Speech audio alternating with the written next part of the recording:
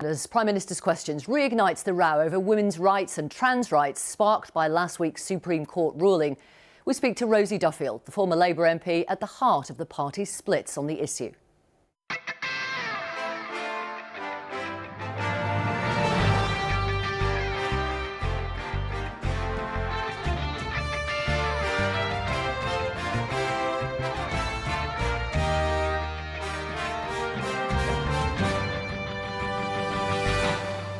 Good evening, this is Newsnight, brought to you live every weeknight from Broadcasting House with insight and interviews.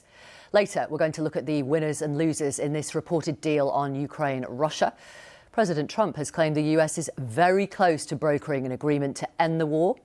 First, though, here in the UK, Sir Keir Starmer's position on single-sex spaces, women and trans people dominated Prime Minister's Questions today, with Conservative leader Kemi Badenoch accusing him of lacking moral courage. Last week, as you know, the UK Supreme Court ruled that the legal definition of a woman should be based on biological sex under the 2010 Equality Act. Judges also emphasised the Act protects trans people from discrimination and harassment. Here's how Sir Keir Starmer's position has changed since he became Labour leader. Hello to everyone celebrating the Pride for All festival.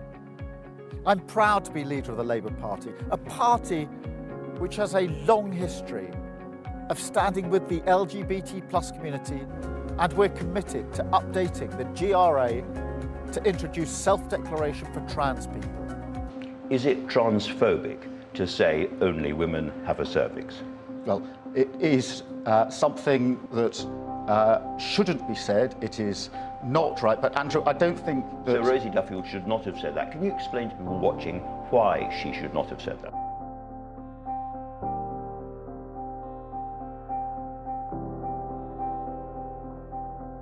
So a woman can have a penis?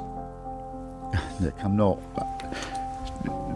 I don't think we can conduct this debate with, you know... Sorry, have I offended you in some? No, it's just... Look, on the biology, I agree with what Tony Blair said the other day in relation to men having penises and women having vaginas. But what I will say is... So you changed your position? Just on the biology, that doesn't help on the gender. A woman is an adult female, and the court has made that absolutely clear. Let's talk now to Rosie Duffield, the independent MP for Canterbury, formerly a Labour MP until she resigned, in part because of how she says she was treated after speaking up for the importance of single-sex spaces. Good evening to you. Welcome Hi. to Newsnight. I'd like to talk to you about the Prime Minister's position, how you feel you've been treated, the fears amongst the trans community, and also some of the practical issues arising from the ruling, if that's OK. Yeah. First of all, what do you think of the Prime Minister's change in position? I think it's just another issue where we haven't really seen leadership or kind of, being ahead of the issues. We've just seen reactions. And when you change your views on so many things, from kind of poverty and child poverty and winter fuel allowance right through to the trans arguments, it's just hard to see that person as having any views at all, which is something I set out in my resignation letter. We don't really know where Keir Starmer stands on things. Well, we do now, because he says he welcomes the Supreme Court ruling. Yeah. Does it matter that he or the Foreign Secretary or the Education Secretary once believed one thing, but now believe the Supreme Court ruling? I think it does matter. I think it's important to be able to change your mind and to take advice from groups that are stakeholders. That's really important, to listen to the arguments. But at the same time, we get accused of all being the same and all being liars and changing our tune. So you have to have some core beliefs. For all of our criticisms about Jeremy Corbyn, and I famously had my clashes with him, he was always a conviction politician. For kind of 30, 40 years, he's had the same core beliefs. And I think if you don't know where the party's going and where the leadership of the party is going, that's actually quite important for voters to know. Right.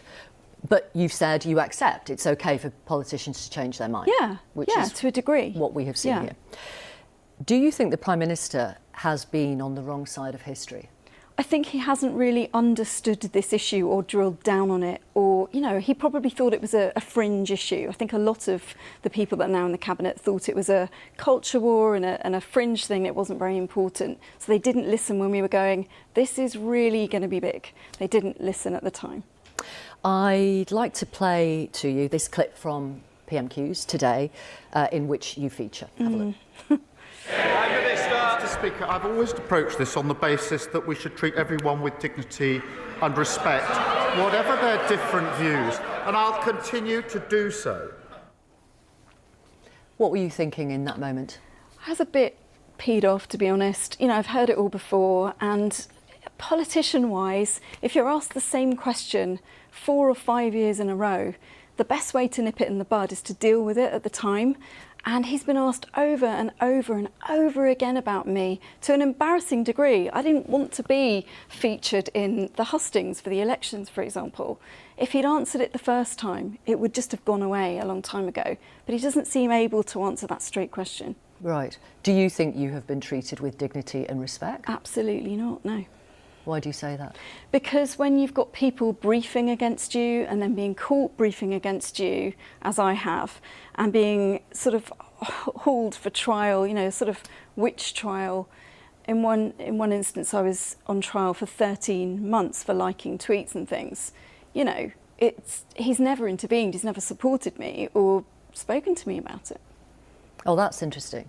Has he never asked you to sit down with him and explain your views? No, eventually, after a lot of sort of toing and froing with one of the senior whips just before the election, I think I got 17 minutes with Keir, and that's after 4 years. Right, so you have sat down with him? You have been able to explain your views to for him? about 17 minutes, and it was he looked at me like I was an alien. I don't think he has any concept why women in particular have been so vexed by this. OK. I want to play you another clip and then ask you if you have any concept of why some trans people in particular are so vexed by this. Yeah. And this clip from a trans woman shows the anxiety that some are feeling. I wanted to leave the UK personally because I feel like I should not stay in a country where I don't feel safe. I want to be able to actually live my life free of judgment, free of having all the time the treading on shells, whether or not I am free to walk among the community around us. And I don't want to keep being in that constant turmoil.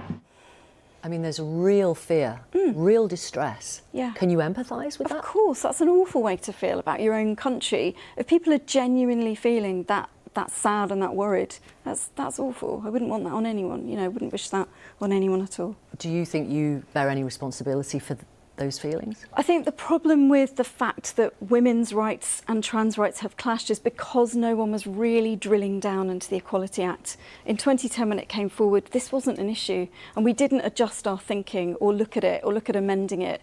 And now it's as though it's the first time we've thought about this. And it's because politicians have buried their head in the sand, all of us, and we haven't dealt with the issue. But politicians have failed. Yeah, absolutely. There shouldn't be a clash of rights, but unfortunately, sometimes there is. You have tweeted or liked posts which some say are transphobic. I'll just read one to you. This was 2020. You wrote on X, "I'm a transphobe for knowing that only women have a cervix." And Jane Haybrook, who is a barrister, tweeted this. "Rosie Duffield's tweet is awful. She is erasing trans men completely. Trans men don't necessarily have their cervix removed. I'm so tired of people not affording other people the dignity they deserve as fellow human beings." That's a really important point. And to be honest, you know, at the time I probably didn't think about trans men in that moment. And but do you know? Yeah, of course I do. I know a lot more about the issue now that I've sort of been steeped in it. And at the time, Piers Morgan was making a point that if we put out this language that people need to get their cervix checked for cervix cancer, it is confusing language. I have a lot of migrants in my constituency. They're not going to understand that. If sometimes they don't speak English, their husbands go to the doctor for them. You know, we have to be really clear that this is about women mostly. Of course it affects some people, but you're not telling me that if you've gone through the transition process, you don't still know that you've got a cervix. I mean, I think people should be credited with a bit more awareness of their own bodies than that. For the record, are you transphobic? Absolutely not. Of course not. That'd be like saying I don't like, you know, people with a skin colour or trousers or something. Of course not. Absolutely not, no. Let's talk about some of the practical issues that arise from the ruling. Are you expecting a trans man who's biologically female and looks like a man to use the women's changing rooms at the local baths, for example? See, that's where this conversation now starts, because we haven't dealt with it. So the court has affirmed that the Equality Act made it clear, or should have made it clearer, we should have interpreted it better, that biological sex is what trumps everything else in terms of those safe spaces. So the answer to that question is yes. But probably, but I think providers can do better than that. I think if you're running a leisure centre, it's not beyond the wit of those people to provide safer spaces for trans people as well. Right. Unisex loos, or however they go forward, they've got to consult with the trans community, not me. I don't know about those things. But would you be one of those people advocating for those so-called third spaces? I think if that's what the trans community want, then absolutely they should be talking to their local councils or their local theatre or museum or whoever provides those spaces. Absolutely, yeah. Our political correspondent Helen Catt is reporting tonight that political parties are expected to be told that trans women can't be on women-only shortlists, but trans men can. Would you welcome that? Is that the logical conclusion of the Supreme Court ruling? I mean, I think that's perfectly okay, because women want to be free from men, biological men, in our loos and our changing rooms because of the very physical difference. Men are usually bigger, stronger. They have the actual weapon that causes rape. I mean, you know, there are practical differences, and that's what we've been concerned about. And even if it's a trans man who's a biological female but looks like a man, I mean, would you welcome them? That's really not for me to say. I've been there advocating for women's rights. You know how you feel? Yeah, I mean, I'm not overly worried about trans men, to be honest. I don't feel threatened by them. I feel threatened potentially by biological men who haven't transitioned. The Conservative leader, Kemi Badenoch, today asked the Prime Minister if he would be apologising to you.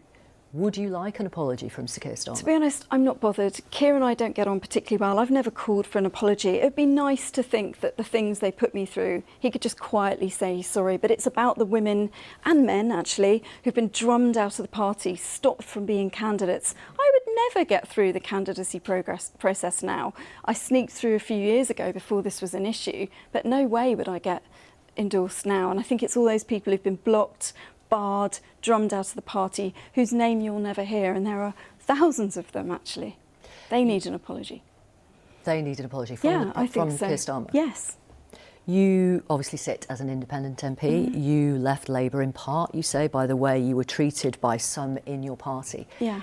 Is there a way back for you to the Labour Party? I'd really like to think so, but you know, if they're going to gaslight me and pretend that they always thought this and that they weren't mean to me really, and all that sort of stuff, I wrote before that it felt like an abusive relationship at times. That's very much a strand of an abusive relationship. And do you where still you pretend feel like everything? that? Absolutely. Yeah. There's no acknowledgement that, you know, they now agree with me. Right. You know, there's no acknowledgement of that. And that actually, but isn't maybe I was we right. welcome the Supreme Court ruling, we accept it. Isn't that an acknowledgement enough? No, because they actively briefed against me, stopped me, told my CLP things about me that then got into the public domain about my personal life and things like that. So no, not yet. I need to know that I'm safe in the party again.